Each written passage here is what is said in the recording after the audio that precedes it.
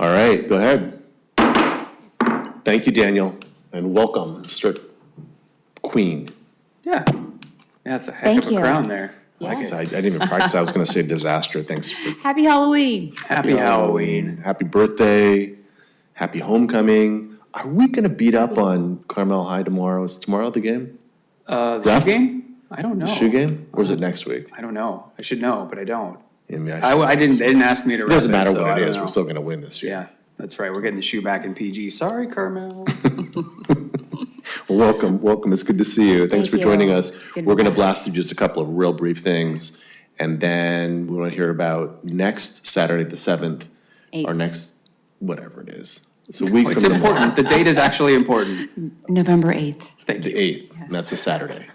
Are you sure it's a Saturday? Yes. All right, so we've got a doubleheader council meetings this next week, and that would be the 3rd and 4th. And so big packet, like I think Tuesday's like 300 pages, 287 pages, and the next day is a lot more because of the housing element. Yeah, the entire housing element is in there. Yeah, It's like we have to have it. It's a big daddy. So Monday, our typical lineup of consent agenda items and a couple of orders of business for council. Importance, we're bringing back water allocation, which again, we got good council direction last month. So hopefully we have their homework assignment correct. And then after action report from Chief Trayer on Car Week, which is, it's always interesting. And then the emergency operations plan, something that's right up your alley. I'm sure you've read the whole thing. Twice. Every page. Yeah. And then moving on to Tuesday, we have one of my perennial favorites, pickleball, and the housing element. So that's really, kind of the big items on those agendas. So that's what I have for council agendas. Please spend your weekend reading, but also get out. Come to the parade this afternoon at 4:30. Parade starts at 4:30. Come early though, because you got to get a good spot. You saw we put up the fencing around the medians to keep Yeah. people out of there, which I think was a really wise move on your part, Chip. And yeah, but coming early, get a seat. I'll be there driving a car. You'll be there driving a car. Wanda, you're walking with the CERT team. I am. Yep. Yeah. Yeah, so come check it out. Yeah, we put up those shrouds on the meeting islands because the landscaping's brand new, and I bet we'll have 6,000 people or more, yeah. Really? Wow. Today, just the combination. That's my bet. I'll bet Okay. you a cup of Let's coffee. do it. Okay. Even though I always buy coffee for some reason. So thanks. that was true. What do you have, big guy? What do I got? Well, I just want to do a quick, we try to learn and teach on this vlog. Episodically. Episodically, thank you.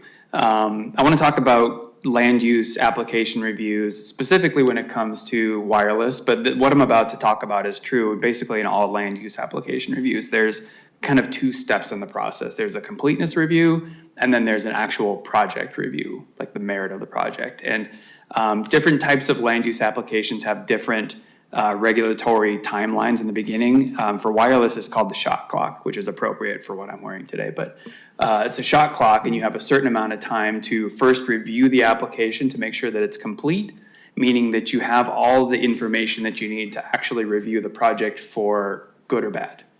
So technical reports, drawings, anything that you require to be submitted with that application has to come in for you to move on to the next step. And you have to make that determination of whether something is complete or not complete. And if it's not complete, you throw the flag. And then it goes, was that good? That was really. And then it goes back that to was the amazing. applicant. So it basically stops the application process. It goes back to the applicant, and they have to give us that information. So that first step is all about whether or not we have enough information. We're not reviewing for whether it's the right color, whether it's the right size, whether any of the stuff that we're gonna do in the second step doesn't matter yet. We just have to make sure we have enough information, and it's the right information. So then once that's done, we move on to the actual project review. And that's where we get into things like, does it meet our design standards? Does it meet the code that's in an ordinance? And so for wireless specifically, that's when you start looking at things like, in our ordinance, it talks about lining up with windows and view sheds and things like that. So you don't look at that yet in the completeness review. You're just looking for whether you have all the information. Then you shift to whether you're approving or denying the application. That's the second step. Two-step process. Awesome, thank you. And we did learn this week that the FCC, the Federal Communications Commission, is they're in rulemaking again, and their posture is to actually strip away additional rights for municipalities to regulate small cell wireless telecommunications facilities. So Brandon and I have agreed to invest in that. $3,000 is not a lot of money, but to Money join, well spent, I think. yeah, I think so as well. So we're going to be actively involved in fighting that, quite frankly. Anyway, that's what we got. Yep. What do you have, Princess? Fantastic. Oh my gosh, a lot of stuff. The CERT team is doing really well right now, the Community Emergency Response Team, for those of you that don't know. We have a lot of new team members. We're really excited that this year we've had a lot of new team members. We've got Carolyn Swanson joined the team. Really excited. Officially, we have Ashley Wright, we have Leslie Fenton, Katie O'Connell, Molly Nelson are the most recent new additions to our team. We couldn't be more thrilled.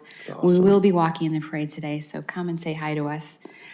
Saturday, November 8th. Real quickly, so Carolyn Yes. was certified in Pacific Grove, Yeah, we're both. but she's joining, yeah. That's right, and I told Yes. Wanda this earlier, and this is genuine, the reason that Carolyn joined the Carmel cert, like essentially defected from the Pacific Grove cert, sorry, it's true, is because of you and how well you run the team, and it's it's a testament to how special the Carmel cert team is, so Oh, you do a thank you. really good job. Thank you so much. And so does the Pacific Grove team as well. Pacific Grove So, does. yes. No shade on Pacific Grove. They're both wonderful teams. Like Yes. I'm still part of the Pacific Grove team right now, Yeah. so we're splitting so we can cover more ground at this point.